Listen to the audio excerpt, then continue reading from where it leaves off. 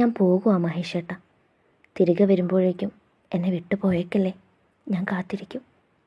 ഇടയ്ക്ക് അങ്കിൾ വിളിച്ചിരുന്നു. പിക്ക് ചെയ്യാൻ വരുമെന്ന് പറഞ്ഞു. പിന്നെയും കുറച്ചു നേരം കൂടി ഉണ്ടായിരുന്നു യാത്ര. സ്റ്റേഷനിൽ ട്രെയിൻ എത്തിയപ്പോഴേക്കും എൻ്റെ ബാഗുകളും മറ്റുമായി ഞാൻ പുറത്തേക്കിറങ്ങി. ചുറ്റും കണ്ണോടിച്ച് ഒന്ന് നോക്കിയ ഞാൻ ശരിക്കും ഞെട്ടിപ്പോയി.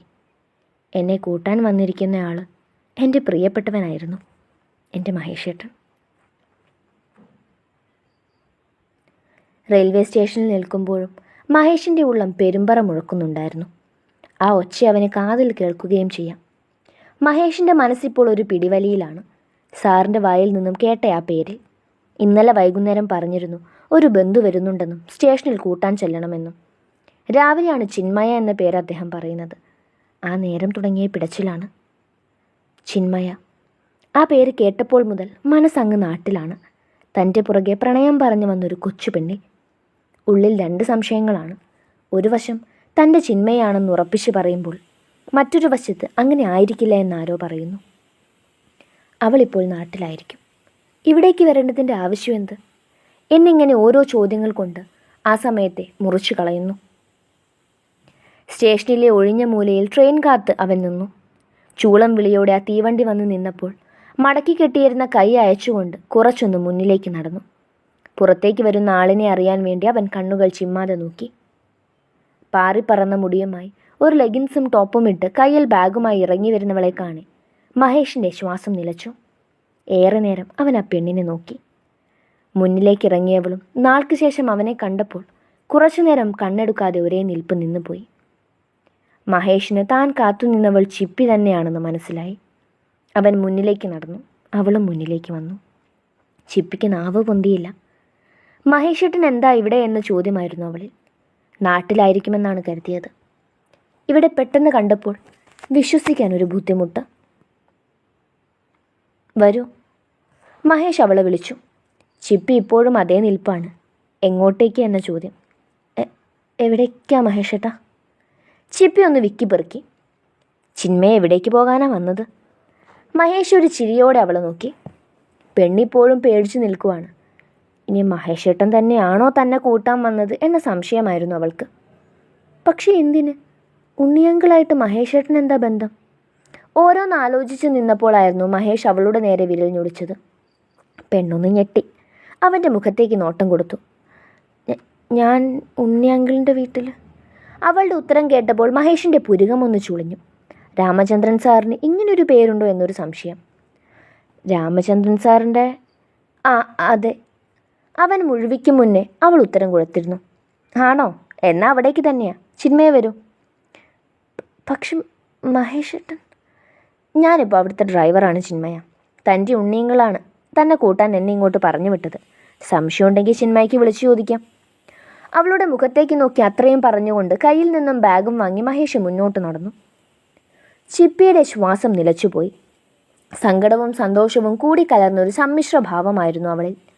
ചിരിക്കണോ കരയണോ എന്ന് പോലും അറിയില്ല. ഏറെ ആഗ്രഹിച്ച മുഖമാണ് ഇപ്പോൾ മുന്നിൽ നിന്നത്. ഇത്രയും സംസാരിച്ചത്. എത്ര നാളായി മഹേഷേട്ടാ ശബ്ദം ഒന്ന് കേട്ടിട്ട്? അവൾ സ്വയം ചോദിച്ചു. അമ്മയൊക്കെ എത്ര അകറ്റാൻ നോക്കിയാലും മഹേഷേട്ടൻ എനിക്കുള്ളതാ. അതിൻ്റെ ഏറ്റവും വലിയ ഉദാഹരണമാണിത്. ഇത്രയും ദൂരത്തേക്ക് ഞാൻ വന്നപ്പോൾ എനിക്ക് മുന്നേ മഹേഷേട്ടൻ ഇവിടെ വന്നത് കണ്ടോ? ഇനി എന്നും ആ മുഖം കാണാമല്ലോ. അത് മതി എനിക്ക്. ഒരുപാട് നന്ദിയുണ്ട് കണ്ണ, ഒരുപാട്. കാറിനുള്ളിൽ കയറിയപ്പോൾ തീർത്തും നിശബ്ദത. സ്റ്റേഷനിൽ നിന്നും കുറച്ച് ദൂരമുണ്ട് അങ്കിളിൻ്റെ വീട്ടിലേക്ക്. അതുവരെ എനിക്ക് മഹേഷേട്ടനൊപ്പം ഇരിക്കാം. ഒരുപാട് നാളുകൾക്ക് ശേഷം വീണ്ടും ഞാൻ ആ ചിപ്പിയായി പോകുവാണോ എന്നൊരു തോന്നൽ. പണ്ട് ഇതുപോലെയായിരുന്നു മഹേഷേട്ടൻ്റെ ഓട്ടോയ്ക്ക് പിന്നിലിരിക്കുന്നത്. ഇന്ന് അതിന് പകരം ഈ കാറാണെന്ന് മാത്രം. ഫോണൊന്ന് ബെല്ലടിച്ചപ്പോഴാണ് ഞാൻ നോട്ടം മാറ്റിയത്. ഫോണിപ്പോൾ എൻ്റെ കയ്യിലുണ്ട്. ഇവിടേക്ക് വരുന്നത് കൊണ്ട് എന്നെ ഏൽപ്പിച്ചു. അത്രയും ദൂരം വരുന്നതല്ലേ, വിളിച്ചൊക്കെ അന്വേഷിക്കണ്ടേ? അതിനു വേണ്ടി. പക്ഷെ ഒരിക്കലും താല്പര്യമില്ലായിരുന്നു ഇത് തരാൻ. പിന്നിപ്പോൾ അവർ വിശ്വസിക്കുന്നുണ്ടാകും ഞാൻ മഹേഷേട്ടനെ മറന്നെന്ന്, ഇനി അയാളുടെ പുറകെ പോകില്ലെന്ന്. പക്ഷെ എനിക്കല്ലേ അറിയൂ, അകന്ന് നിന്നപ്പോൾ ആ സ്നേഹം ഇരട്ടിച്ചേ ഉള്ളൂ എന്ന്. വീട്ടിൽ നിന്നായിരുന്നു വിളിച്ചത്. എത്തിയോ എന്നൊക്കെ അറിയാൻ.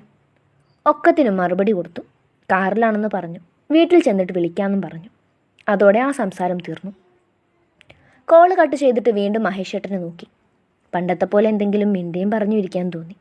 നാവ് തരിച്ചു. എന്തൊക്കെയോ ചോദ്യങ്ങൾ പുറത്തു വരാതെ വീർപ്പ് മുട്ടിച്ചു.